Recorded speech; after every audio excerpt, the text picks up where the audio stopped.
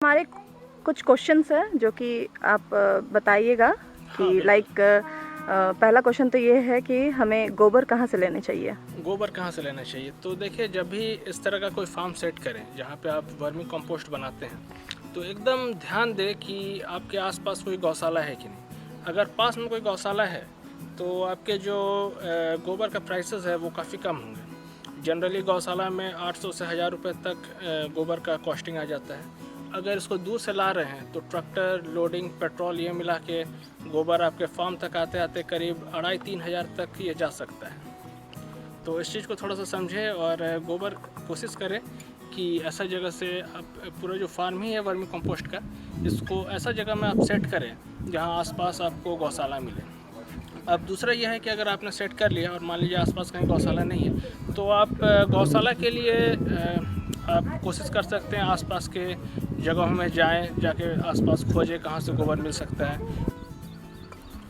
तो जिनके पास 8-10 से लेके करीब 15-20 गाय तक है तो उसमें क्या होगा कि आपको गोबर भी जो है बहुत ज़्यादा पुराना भी नहीं होगा। अब एक ट्रैक्टर गोबर करीब अगर 20 गाय है तो एक महीने में 2 ट्रैक्टर जैसा तैयार हो जाता है। तो आपका भी एक कंटिन्यूस फ्लो बना रहेगा तो किसान को भी आसानी पड़ेगा उसको सेल करने के लिए। और ये होता है कि फिर आपको वो गोबर जो है थोड़ा सस्ता मिलने लग जाता है।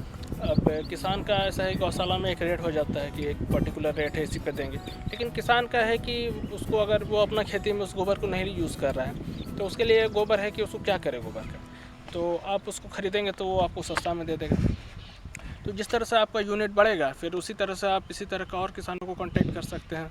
तो इसमें सिर्फ कुछ करना नहीं है, आप खुद जाना है, पता करना है आसपास के जो फार्म्स है जो जहाँ पे गाय जो चरा रही है उनके साथ बात करना है। कुछ लोग तो बोलेंगे कि अपना खेत में यूज़ करते हैं क्योंकि ज़्यादातर वही करेंगे, और कुछ का ये रहता है कि खेत नहीं है तो उनके पास अपॉर्चुनिटी है आपको गोबर बेचने का, तो वहाँ से आप गोबर ले सकते हैं, सस्ता पड़ेगा। अच्छा सर, हमारे दूसरा क्वेश्चन ये है कि वर्मी बेड हमें कैसे तैयार करना चाहिए। तो वर्मी कंपोस्टिंग के लिए जब हम लोग बेड बनाते हैं तब कोशिश करते हैं कि जो खेत है जहाँ जहाँ बाकी का आपके पेड़ लगे हुए हैं जिस हाइट पे खेत है उससे करीब जो है 1 से 2 फीट आप ऊंचा कर लें। तो इसके लिए प्रोसेस के लिए क्या कर सकते हैं कि एक तो आप खेत को तैयार करें। जैसे जैसे खेत तैयार होता है आप जो हल चलता है, कांटा हल चलता है, रोटावेटर चलता है, फिर उसके बाद आप बेड बनाते हैं। तो ये प्रोसेस करने से क्या है कि आपका जो बेड है, जो मिट्टी है, वो थोड़ी थोड़ी ऊंची हो जाती है। वो उसको अगर आप देखें इस तरह से कि जो भी हम लोग बेड बनाते हैं तो ये आपका आराम से ट्रैक्टर जो है आधा एक घंटा में आराम से ये बेड्स तैयार कर देती है। इसमें आप देख सकते हैं कि मिट्टी जो है नॉर्मल खेत से थोड़ी सी ऊँची है। तो इसी तरह से हम लोग क्या करते हैं कि 3-4 बेड्स को एक जगह कंबाइन करके करीब 9 फीट का हम लोग, जैसे यहाँ पे दिख रहे हैं, ये 9 फीट का हम लोग ये स्पेस बनाते हैं। ये 9 फीट का बेड ये जनरली इसीलिए बनाया जाता है क्योंकि करीब 4 फीट आपके एक साइड रहता है, 4 फीट दूसरे साइड रहता है। आप दोनों साइड से खाद उतार सकते हैं, पानी पटा सकते हैं, हर तरह से आपको इजी पड़ता है। इसलिए जनरली विड्थ में हम लोग 9 ही फीट इसको लेते हैं। और इसी तरह से जैसे आपको दिख रहा है आगे कि ट्रैक्टर से जिस तरह से हम लोग बेड्स के लिए मट्टी उठवाए थे उसी को फिर हम लोग कंबाइन करके ये इसको इस तरह का स्पेस निकालते हैं। तो ये एक वन टाइम काम है, तो इसमें कोई बहुत ज़्यादा इसमें कॉस्ट की बात नहीं है। और ये जैसे आपका बन गया, अब इसके बाद थोड़ा सा आपको मट्टी को इसको लेवल करना होगा, उसको पीटना होगा ताकि सेंटर में हाइट इसका ऊंचा रहे और साइड्स तक जाते जाते 3-4 इंच डाउन हो जाए ताकि कभी भी पानी आप दे या बरसात का पानी गिरे तो वो बहता हुआ अपना अपना साइड्स में कोनों में निकल जाए।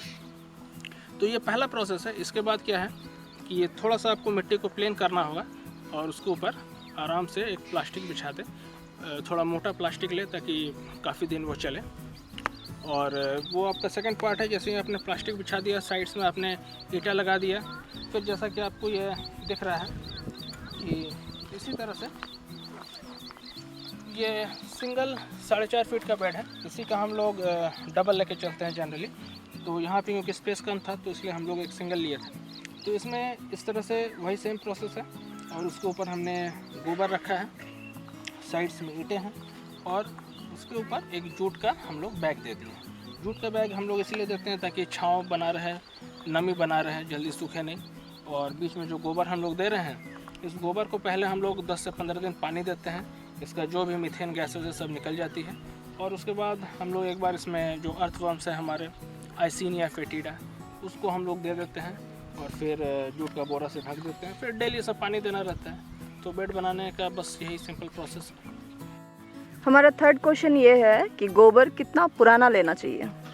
तो इसमें क्या है कि जो गोबर है नॉर्मली हम लोग बहुत ज़्यादा पुराना नहीं लेते हैं। उसका रीज़न ये है कि आप जैसे कहीं से भी गोबर लेंगे तो ऐसा तो नहीं है कि इमीडिएटली आपके पास 50 गाय हैं और एक ही दिन में आपको 1 ट्रैक्टर गोबर आ गया, ये तो पॉसिबल नहीं है। तो जनरली कहीं से भी आप ले रहे हैं तो गोबर वो धीरे धीरे जमा करते हैं। आप किसी के पास 10-20 गाय हैं या गोबर रेगुलर आ रहा है तो आपको जो गोबर मिलेगा तो वो ऑलरेडी 10 से 15 दिन पुराना हो गई, और फिर आपको उसको 15 दिन पानी भी देना है। तो मिला जुला के आपका गोबर ऑलरेडी 1 महीना पुराना हो जा रहा है। और फिर उसके बाद आप कम से कम 15 दिन अगर आप पानी दिए हैं तो उस गोबर से सारी मीथेन निकल गई है, जो पॉइजनस गैसेज है वो निकल गई है, तो फिर वो रेडी हो जाता है। उसके बाद आप अर्थवर्म्स उसमें दे सकते हैं। सर हमारा फोर्थ क्वेश्चन है, गोबर में कितना और कब तक पानी डालें। तो ये है कि गोबर में कब तक पानी डालें, तो आप मान के चलिए करीब 1 सप्ताह जैसा आप पानी दे सकते हैं। वहाँ से लेके आप करीब 10-15 दिन तक पानी दे सकते हैं। तो उसमें क्या रहता है कि आपको गोबर को ऐसा तैयार करना है कि उसके अंदर कोई मीथेन नहीं रहे, कोई पॉइजनस गैसेज नहीं रहे, ताकि जो केंचुआ है उसको शांति से आराम से खा सके। अब मीथेन रहेगी तो केंचुआ का इसमें कैजुअलिटी हो सकती है, आपको लॉसेस होगा। तो इसीलिए जब तैयार करते हैं तब कम से कम 15 दिन आराम से गोबर को पानी दें। और मेरा प्रेफरेबल सॉल्यूशन यह है कि जो भी गोबर है उसको पहले बेड्स में बिछा लें और वहीं पानी दें, क्योंकि आप उसको अलग से पानी देंगे और फिर उसको गीला गोबर को लेकर आएंगे तो फिर उसमें लेबर कॉस्ट आपका बढ़ जाएगा। तो ईजियर ऑप्शन ये है कि आप कब तक पानी दें, तो आप कम से कम बेड में रखें और उसके बाद 15 दिन उसको एटलीस्ट पानी दें। सर फिफ्थ क्वेश्चन जो है हमारा, वो केचुआ कहाँ से ले और कितने ले। केंचुआ जो है इसमें यूज़ होता है आइसिनिया फेटिडा। आइसिनिया फेटिडा ही क्यों, क्योंकि ये एक ऑस्ट्रेलियन ब्रीड है। ये किस तरह का केंचुआ होता है जो बहुत मतलब अगर हीट भी रहे, काफ़ी गर्मी है, 50 डिग्री सेल्सियस हो गया है, तो उस तरह का अप्रैल मई का गर्मी को भी ये केंचुआ आराम से झेल सकती है। आपको सिर्फ पानी देना होता है। और इसके एडिशनली जब ठंडा पड़ता है, 0 डिग्री हो जाती है, तो उस समय भी ये केंचुआ जो है आपको कोई दिक्कत नहीं करती है। क्योंकि रिसेंटली हम लोग अगर पुराने वीडियोस आप देखें इस चैनल में, बहुत ठंड पड़ी थी और ये जगह भी, लोकेशन भी ऐसा है कि 0 डिग्री तक ये गिर जाता है, पाला गिरता है, फसलें ख़राब हो जाती है। पर उसमें भी केंचुआ का ग्रोथ बहुत हुआ है। और जैसा कि हम रेगुलर आपको दिखाते ही हैं, तो उसमें आप देख सकते हैं कि केंचुआ का क्वांटिटी हमारे पास बहुत है और हम लोग उसको एक्सपेंड भी कर रहे हैं। हम लोग एक जो बगल में एक 9 फीट का एक बेड दे रहे हैं, वर्मी वास का सेटअप अलग से, उसमें केंचुआ देंगे।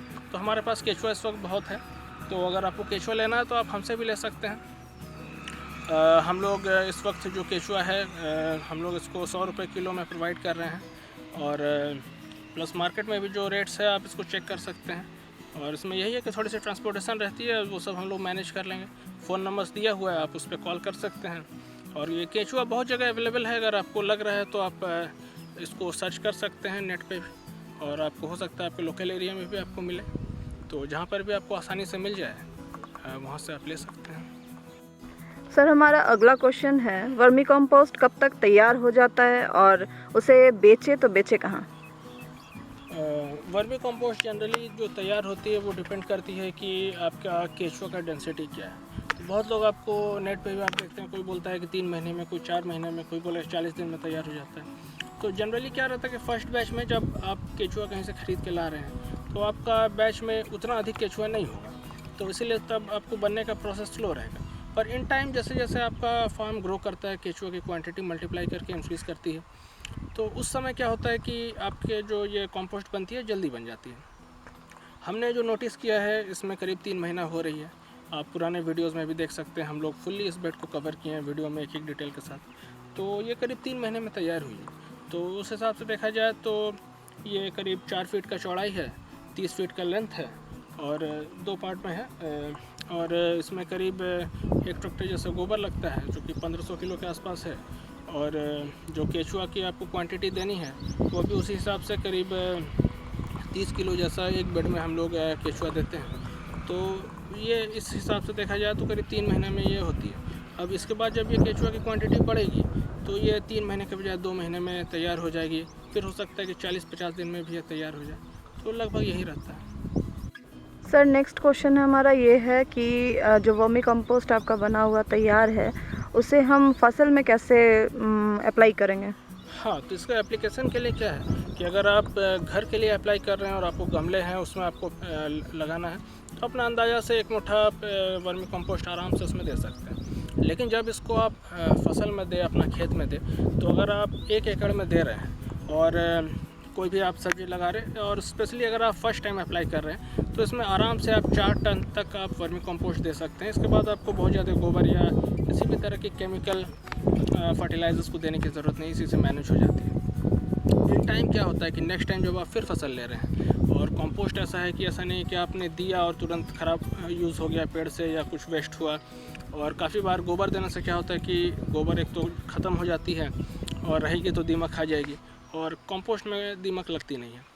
तो इसलिए नेक्स्ट टाइम जब आप कंपोस्ट का अप्लाई करें तो आपको क्वांटिटी उतनी देने की ज़रूरत नहीं है। आप 3 टन दे सकते हैं, अगला फसल में 2 टन, 1.5 टन, 1 टन, ऐसे करके आप उसको आप कम दे सकते हैं और आपको और बल्कि और बेटर रिज़ल्ट आपको उससे मिलेगी। और एडिशनली क्या है कि जब आप इसको पेड़ पौधों में दें, जैसे आपकी बागवानी है, आम का पेड़ है, तो ये सब में आप अपना अंदाज़ा से जैसे 10 किलो अगर छोटा पेड़ है, 2 किलो, 5 किलो, बड़ा पेड़ है 10 किलो, 20 किलो। काफ़ी बार इसमें क्या रहता है, हम लोग जैसे केला का पेड़ है इसमें अप्लाई करते हैं, तो इसमें हम लोग अपना अंदाज़ा से, पेड़ छोटा है तो इसमें 1 से 2 किलो भी हम लोग दे देते हैं। यही जब पेड़ बड़ी होगी 6 महीना बाद हम लोग अप्लाई करेंगे, या फिर स्पेशली जब इसमें फल जब लगने का समय आएगा, केला का कांदी आएगी, उस समय अगर हमको देना है तो हम लोग क्वांटिटी बढ़ा के 5 से 10 किलो तक दे सकते हैं। तो इसी तरह से हम लोग अंदाज़े से अप्लाई करते हैं। और ये कोई केमिकल फर्टिलाइज़र नहीं है, फुल्ली आपका ऑर्गेनिक है। तो ऑर्गेनिक में आपका 1-2 किलो कम बेसी में कोई बहुत ज़्यादा फ़र्क नहीं पड़ता है, वो पेड़ अपने हिसाब से लेते रहते हैं। सर नेक्स्ट क्वेश्चन ये है कि जो वर्मी कंपोस्ट बन जा रहे हैं उसके पैकेजिंग कैसे करके करेंगे? हाँ, तो पैकेजिंग के लिए ये है कि अगर आप किसान को दे रहे हैं तो आपको कोई ब्रांडिंग या पैकेजिंग की ज़रूरत नहीं है। उनको आप 50 किलो के बैग में बिना छाने भी दे सकते हैं, वो अपना कम रेट पे वो उसको लेके जाएंगे। लेकिन जब यही चीज़ आप शहर में लेके जाए, जब नर्सरीज में लेके जाए, तो बेटर रहता है कि आप अपना खुद का ब्रांडिंग का एक ये बनाएं, और किस तरह से आप उसको पैकेजिंग कर सकते हैं, किस तरह से उसको छाप सकते हैं, इस पर एक कंप्लीट वीडियो हम लोग लेकर आएंगे। उसमें शुरू से हम आपको बताएंगे कि आपकी खुद की लोगो कैसे बनेगी, आपकी ब्रांडिंग कैसे आएगी, कंपोस्ट का पैकेट को किस तरह से आप छपवाएंगे, ये 1 किलो, 2 किलो, 5 किलो, 10 किलो का जो पैकेट्स बनता है वो कैसे बनता है। तो इस पर एक फुल गाइड लेके हम लोग बहुत जल्द आने वाले हैं, और हम आपको शो भी करेंगे खुद से बना के, खुद से सेल करके, कि किस तरह से ये पूरा बनता है। तो उसके लिए आप चैनल को ज़रूर सब्सक्राइब करें और इस वीडियो को ज़रूर लाइक करें।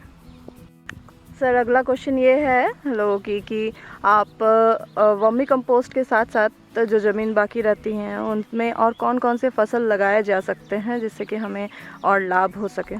हाँ बिल्कुल, तो ऐसा है कि जो स्पेस है आपको उसको यूज़ करना है। ये जो इंटरक्रॉपिंग का मॉडल रहता है वो इसीलिए रहता है कि आप जो स्पेस है, एग्जिस्टिंग जो स्पेस आपके पास है, उसको किस तरह से ज़्यादा आप चीज़ करके उसमें से ज़्यादा प्रॉफिट निकाल सकें। तो आप जब वर्मी कंपोस्टिंग करते हैं तो 2-3 चीज़ें तो आपके पास वैसे ही हो जाती है। सबसे पहले तो इससे कंपोस्ट निकलता है, आप उसको बेच सकते हैं। नेक्स्ट ये है कि आप एक वर्मी वाश का सेटअप कर सकते हैं। वर्मी वाश का जो सेटअप है इस पर एक फुल वीडियो हम लोग का आने वाली है। वर्मी वाश के लिए हम लोग टैंक्स बनाए हैं और जिसका वीडियो ऑलरेडी चैनल में अवेलेबल है, उसको आप देख सकते हैं। और उस पर किस तरह से हम लोग वर्मी वाश निकाल रहे हैं, कैसे उसको पैकेजिंग हो रही है, कैसे सेल हो रहा है, उस पर एक कंप्लीट ट्यूटोरियल फुल गाइड हम लोग लेके बहुत जल्द आने वाले हैं। तो एक वो है, और दूसरा ये है कि इसके साथ और क्या कर सकते हैं। तो वर्मी कंपोस्ट हो गया, वर्मी वाश हो गया, जो केचू है वो इटसेल्फ में वो उसको सेल कर सकते हैं। और उसके साथ कोई भी आप लताने वाला पेड़ लगा सकते हैं।